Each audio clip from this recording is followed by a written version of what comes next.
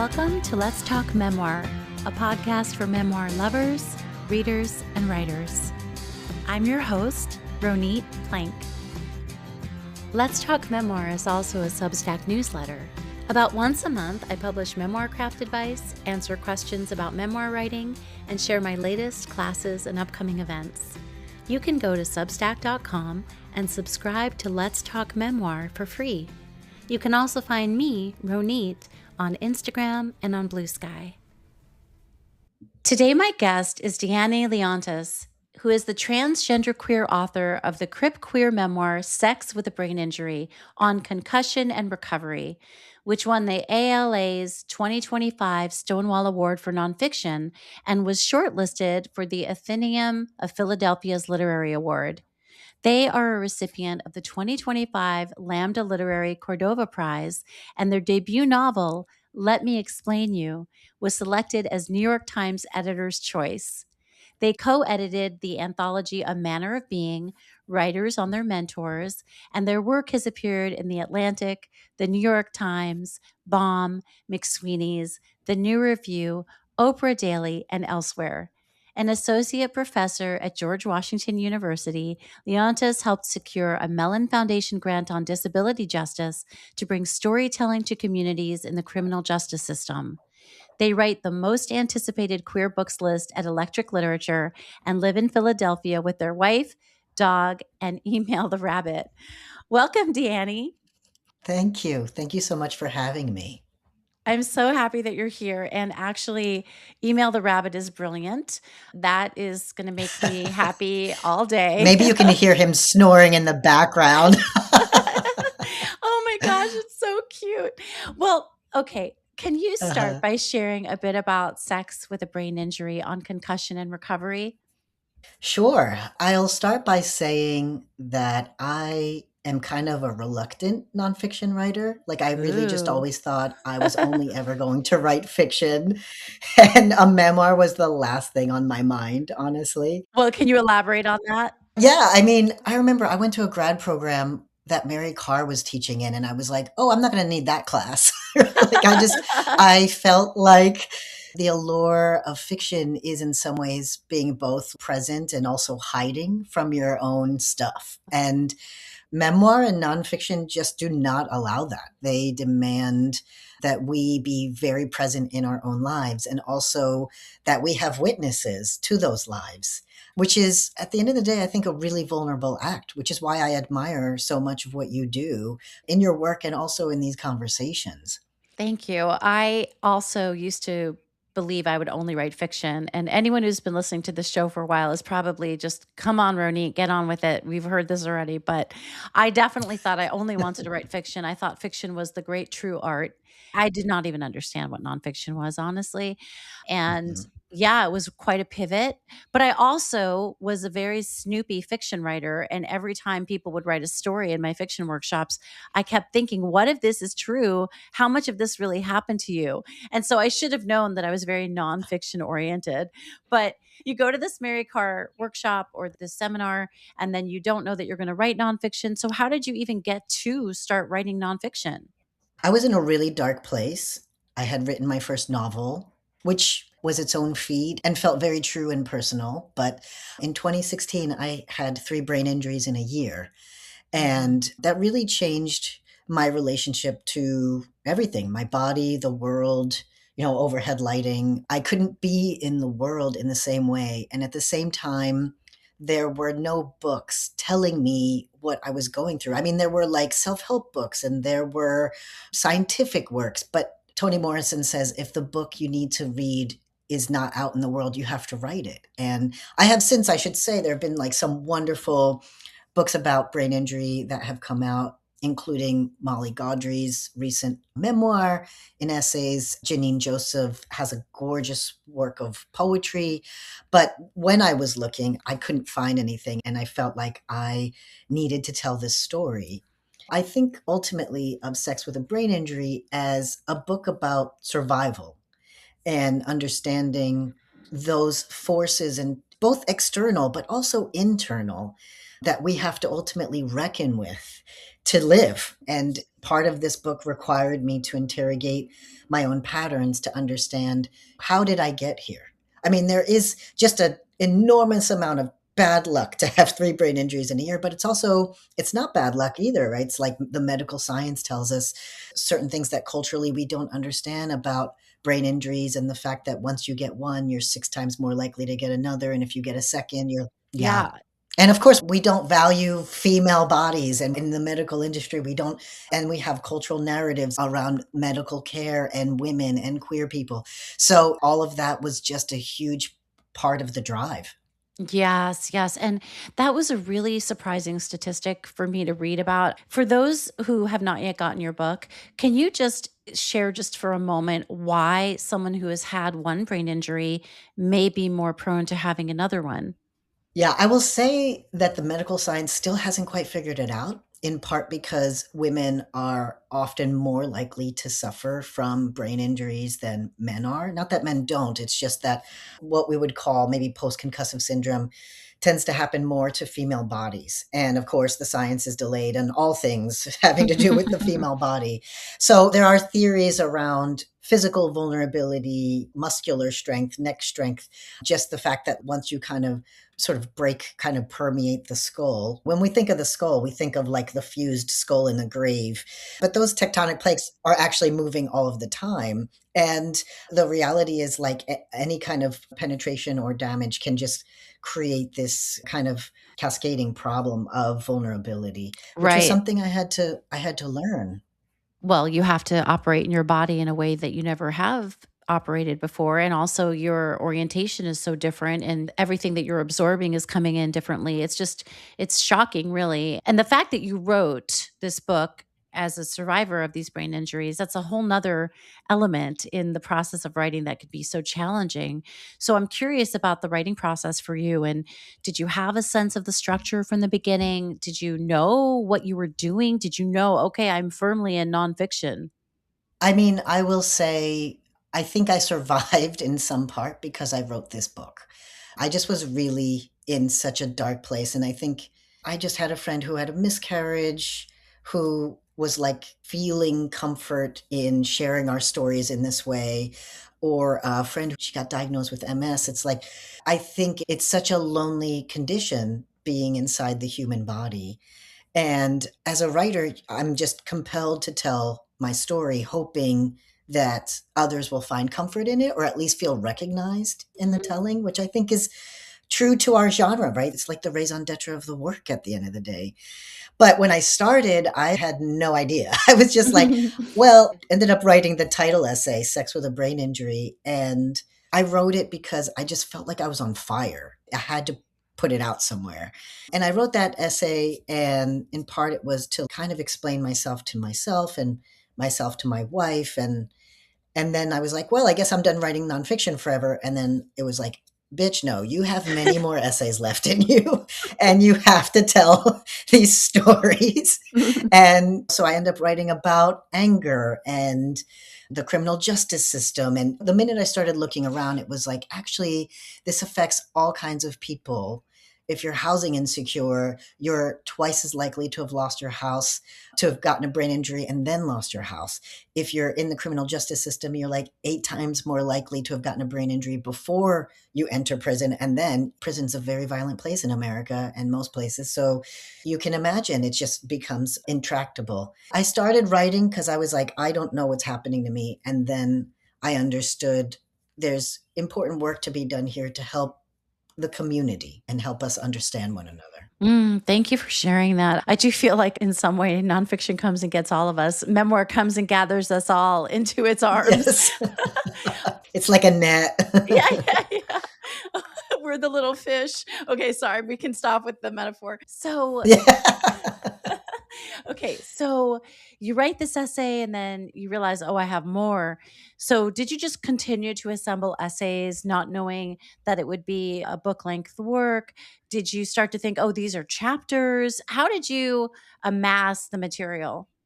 I had written Sex with a Brain Injury, the title essay. I started to write about anger, and I also started to write about my biological mother, who has passed, but who really struggled with addiction much of my life. And I realized, oh, these are two completely different pieces. And I think of this as mostly a memoir because there's an arc to it, right? But I wanted to almost like 13 ways of looking at a brain injury, right? From that poem, just keep turning it on its face to say, like, well, what else aren't we uncovering? And again, because I was doing a lot of research, it's a cross disciplinary work. So I'm looking at women's brains in soccer and how women are twice as likely and girls are twice as likely to struggle from post concussive syndrome in sports, or how Henry VIII and Harriet Tubman are forever changed by brain injuries, and therefore so are we historically and culturally. I was looking at philosophy and myth and just like understanding like what are the stories we tell ourselves about brain injury. The Egyptians were studying it. The Egyptians knew almost basically about as much as we know about it. And so I wanted to like kind of grapple with that entire inheritance and keep turning the thing and look at it on all its faces. Yeah, so it sounds like it just became really expansive that once you started opening Mhm. yourself to the material, you were able to add more and more. And it sounds to me, at least from hearing you, I don't know if this is true for you, that you allowed it all to take you where it needed to go, that you didn't put limits on yourself and you explored what you were interested in. Yeah, that's a lovely way to phrase it. Yeah, I am guiltily a maximalist, or like, sorry, not sorry, maximalist. And I think I'm a systems thinker. So I'm like looking at all of the things at once. Yeah, and just like, how do we understand ourselves? It's often through a prismatic lens. Yeah. Well, so when you were writing this difficult material, painful material, not just about the injury, but about your birth mother, about the other painful aspects of your personality that you might have had to contend with, how did you take care of yourself when doing so? Because you also had the recovery from the injury to deal with. Even when I teach memoir, I often tell students, you need to pay attention to your body. Your body will tell you if something is too much, if you're not ready, if it's the story you're going to be trying to tell your entire life. And I found, yes, taking breaks was necessary, but also not having a timeline, not putting pressure. Some writers sort of say to themselves, like, okay, I'm going to finish this draft in 4 months. And I absolutely understand that. But memoir has its own timeline, it has its own chronology. And so, not putting pressure on myself to produce. I mean, I'm an immigrant, so I'm always like, okay, what's up next? But in this case, I just said to myself, I have to be patient with the work. And I was still unsure for pretty far into the work that it was going to be a whole book. And then just being very careful about my readers. This is not just a story that is an imaginative fancy. It's your life and it's yourself. You know, there's a lot of selfhood in here. So, yeah, I just was very careful how I think about my body, my time, my audience. I appreciate this question and I'm curious to know what you think too, but I feel like most memoirists, because so many of us are kind of writing the memoir, like a book, as opposed to like our third novel or something, we don't really have a map for that. Yeah, I agree with that. And I think that's why structure can be so fascinating and lovely. And I just enjoy these forms that we have available to us and that we can create new structures and new containers as we see fit and as the work leads us. I mean, experimental writing has given me so much, and I hope to do more of it myself.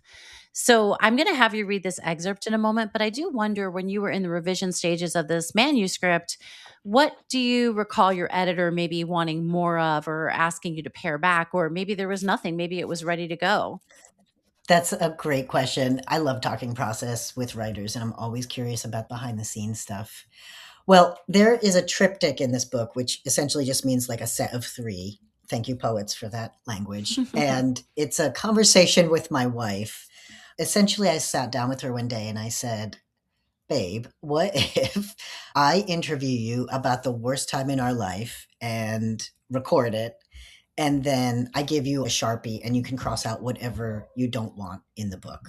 I don't know if you've ever seen couples therapy, but I was kind of using that as a framework where inevitably as a viewer, you're projecting yourself onto the couple in front of you. You're like, oh, that's me. Like I do that, right? So I wanted the reader to be able to kind of inhabit the text a little, especially if we're talking about marriage and long-term partnership and how difficult those are, especially when you're dealing with something like illness or miscarriage or whatever, right? So I wanted that to function in that way. And you'll see throughout the book, there are like various places where it's redacted. And in the audiobook, it just says redacted, but it's just these like big stripes of black crossed out text. And my editor was like, what's below this? To the point where, like, in the draft form, the manuscript, the black marks were just text boxes with black in them. And she kept moving them around to see if she could read what was underneath. And I was like, you can't read it. So we had this interesting conversation about how that functions and what gets protected in a memoir, how you protect the people you love in a memoir, what stories need to be told and how they can be told, how you can have it on your own terms. And to her credit, she definitely understood it by the end. I think we decided a little bit fewer for like comprehension and contiguity, but as a form, she totally got it. That's excellent. I love that. I love that she was trying to read below the, no, you can't. You just can't. There is this excerpt that I selected that starts on page 32. It starts with, I used to say my wife was a saint, and it ends with, she puts down her book, looks at me and says, yeah, I'd love for you to read that. Okay, great. Sure. I used to say my wife was a saint. I don't say that anymore. No one should have to live with that hanging over them. Some years into recovery, I have a bad weekend. Lightning strikes in the same spot in my head over and over. My trigeminal nerve acting up. My wife says, I've never seen you in pain like this. I think, that's because I didn't let you. You didn't want to. We sat on our opposite riverbanks and stared at each other across the tide that kept rising. And then I really start looking at us and realize my doubt in S far predates her. I've told myself I could be married so long as I still depended mostly on myself. I've spent most of my adult years with S, am deeply devoted to her, have no idea that the reason so much of that was possible was because of how much I've held back. It begins to dawn on me, the lack of faith implicit in such an arrangement. Most marriages exist not between doubt and belief, but in certain denial, in mutual, even convenient disbelief. That is, until reality comes crashing in.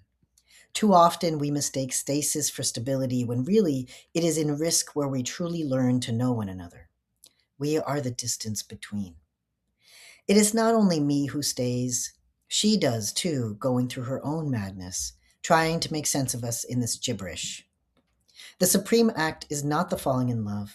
It's checking for it day after day, like a letter in the mail or a sign from above. Without meaning to, we find each other's rawest vulnerabilities.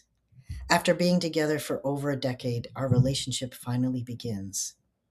Years pass. We learn that somehow you can emerge from devastation and estrangement far less willing to contort yourself into a false shape, even for love, which, after all, is love. 4 years into recovery, I land an interview for a position with healthcare in a city that is hours away. I turn to my wife, blurt out, I really need this job. She puts down her book, looks at me, and says, I will always take care of you. Thank you. I love listening to you read. And the first time I met you was at Must Love Memoir at AWP in Baltimore. That's how I Yeah, connected with you. And I loved hearing you read, and hearing you read here just reminds me of, such a great series. yeah, it's such a great series. I'll tell them about that. We're doing a big shout out. If you live in New York, they have a series in New York of memoir readers. I think it's once a month, and it's at Jake's Dilemma. So shout out to Must Love Memoir. So I'm wondering about your relationship. When you write about your relationship with your wife, you do so in these complex and vulnerable ways. And we touched on it a few minutes ago, but what have you learned about writing about those we are closest to, and what you teach to your students, or what you've learned about navigating it? T. Kira Madden has a great essay on this, but I think a lot about how, as writers of nonfiction, we wield a lot of power. And the truth is, when I was going through this brain injury, so was my wife. It's tempting to think that you're the one suffering through a thing, especially when it's happening to your body. And that's absolutely true. But the reality about these kinds of losses, and they are a loss, even if you can still work, even if you can have a life approximate to what you did once before. But brain injury happens to a whole family, it happens to a community. And I had to, I would say, partway through the book, in writing the book, realize she has a version of this too, where she lost me when I was losing myself. Joy Harjo has this beautiful quote where she says, injury and illness, and I think she would add addiction, take a writer away from themselves, a person away from themselves, and is absolutely true. And so in writing the book, I mean, I'm very lucky. My wife was basically like, you have to tell this story. And part of the work is to let them know how hard it is for us. And I would say she'd even say, like, there were periods where she failed me. She understands that and also wants me to share that publicly, which is a real gift. Most people would be uncomfortable with that, but understanding on my end that she has a story to tell too. And of course, in a memoir, you can only do that in kind of rear view glances, right? So I kept thinking, like, how do I get her story here in this book? And that in part was that triptych, but it was also, she was my first reader. I remember doing an event here in Philly. There was a Q&A and she's in the audience. The first person who asks a question asks about essentially the state of my marriage. And I'm really moved to protect her. Of course, the first question, sometimes people just lying in wait, right? So you have to Yes. like think through that a little. Geez, really? Yes, Really? We're gonna do especially this? for memoir Yeah, writers, haven't I given you which enough? is just You read straight the for the book. jugular. Yeah. Exactly, exactly. I know you know what I'm talking about. So my instinct was to protect her, and she said, "Don't do that." We were celebrating together. She said, "Don't do that. I don't care what people think. You just have to tell your story." It's such a layered, complex thing to write our lives and our experiences, but it's also a gift. It's a blessing to be able to do this work. I think for all those individuals, but also couples, just like on opposite sides of a riverbank, just not knowing how to find each other. Yeah. On that note, I mean, this is kind of a hard question maybe to answer, but how do you feel that you get to the most honest truth on the page? Where do you feel in the process that happens for you? How do you make yourself go deeper, or how do you know I'm not there yet? That's an excellent question. That's like the question of somebody in the gutter with us, like, you know exactly, you know what this work requires. It rarely happens in the first draft, I would say. And I can sometimes feel it when I'm sidestepping something. When I'm sidestepping a thing, I sort of know now to look back and say, like, what is the reason I'm avoiding or qualifying or being oblique or something? And almost always the like heart of the matter is inside the thing. I'm writing new nonfiction now, here and there, just like flirting with the thing. And I can feel that sidestepping happening too, where I have to say, like, okay, but you think this is the story. What is the story beneath the story? So, on one hand, this is a book about my brain injuries, but on the other hand, it's a book about trying to understand why have I white knuckled everything my entire life and felt like I had to do everything on my own and not rely on people. And there are great reasons psychologically and Yeah. otherwise for those, but I didn't even know that that was the heart of the issue, right? Like I just thought Right. I got hit in the head, you know? Yeah, so you Yeah, basically, it sounds to me in the terms that I would use in a class on this, and what Vivian Gornick kind of explains in her book is you had the situation, which you maybe thought the story was, but then you found the story in your situation, which is the actual narrative, psychological, emotional arc, the heartbeat of the story, the heartbeat of the situation and what you lived through. that's And right. that's what you found and made this shaped artistic thing. And I love talking about that too, because I do think what we think we're writing about sometimes isn't all that we're writing about. And trusted readers and really smart editors will know, especially, and our loved ones will know, especially someone like your wife. It sounds like she would know right away. There's something else going on here you haven't talked about yet. That's right. Well, Yeah, yeah. Well, there is a second excerpt I was hoping you would read, which begins on page 41. sure. Would you be up for that? Of course. What you have to know is that in my post concussive years, I survived on lies. I lied about being able to read. I lied about understanding what someone had said when in fact I was still trying to puzzle out their words. I lied about telling time. I lied about being stuck in traffic when in fact I had no choice but to pull over. I lied about being able to drink alcohol and once at an industry event poured white wine into the soil of some poor plant so I could look like someone somebody might hire. You might be thinking, these aren't lies. But even when people aren't well, we expect them to tell us the story we want to hear, to cover over their sickness overtly or by omission. When someone is chronically ill, we wonder why they've broken the unspoken agreement of fictional wellness. The boss, toddler, coach, bus driver, cashier, colleague, interviewer demands our cooperation, our best self, even when that self is in deterioration. The lie preserves the liar, but mostly it protects the culture that prefers the lie. This is true especially of illness, which resists progress, which demands special treatment, exemption. The ill are the deserters, the refuseniks, writes Hermione Lee, admiring Virginia Woolf's audacity to her own unwellness. They won't accept the cooperative conventions. They won't go to work. They lie down. They waste time. Mostly, I lied to my wife. I lied to her every day. I told myself that she still knew me if she knew everything about me except for my careful omissions. I was the car salesman who said whatever needed to be said, so I wouldn't be left with a lot full of old cars. It wasn't hard to do. For nearly 40 years, I'd been protecting my loved ones from the real me. People want you to be okay. This is not always about dismissal, I've learned, but about intolerable hope. Your wife will look into your face beyond the pain and insist you are unwell. There is an eagerness, an emergency in such belief when the alternative is unthinkable. I knew how bad things between us were and how much worse they would get. I saw it coming, just like the time she tied 60 birthday balloons onto a railing. I knew they'd disappear the moment we turned our attention elsewhere. I'd seen such things happen as a child when Mom ran a balloon shop called Cretan Creations. I was not surprised when we came back out to the deck and the balloons were gone. Not even a dot in the cloudless blue sky. S kept saying, "Where did they go? Where could they have possibly gone?" I understood there was no stopping something whose instinct was only to ever push outward. Thank you so much. What are you working on now? What's next for you? I heard you read from something at Must Love Memoir that was quite compelling, and I'm curious what you're working on. Thank you.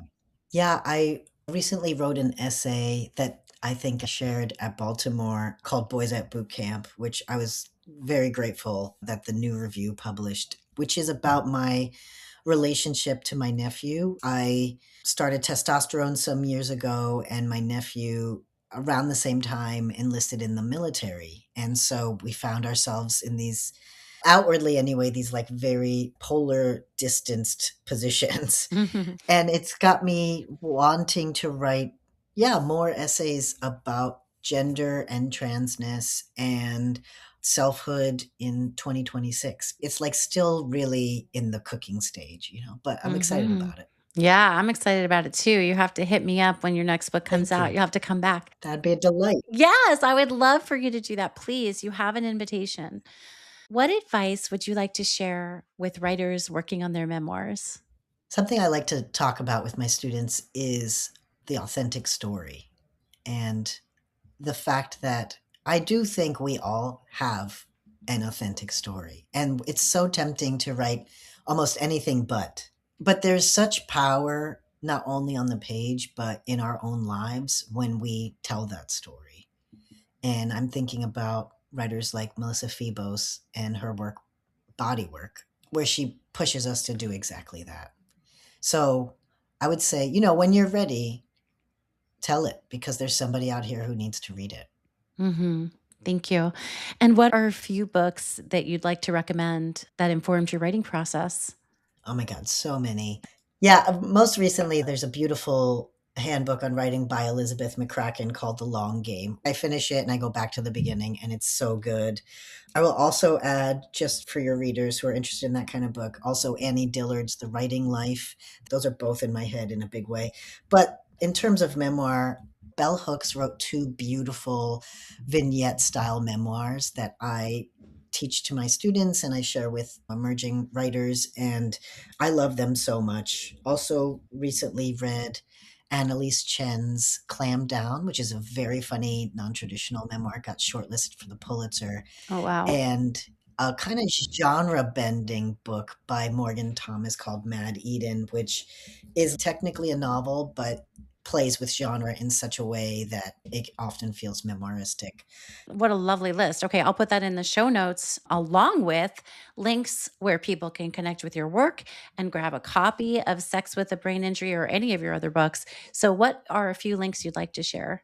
Well, I'm at a Leontas on Instagram, so that's usually where I'm hanging out link wise. I'm also doing a series for Electric Lit on most anticipated queer books. We just had our most recent installment drop on Friday for summer reading, so check us out at Electric Lit.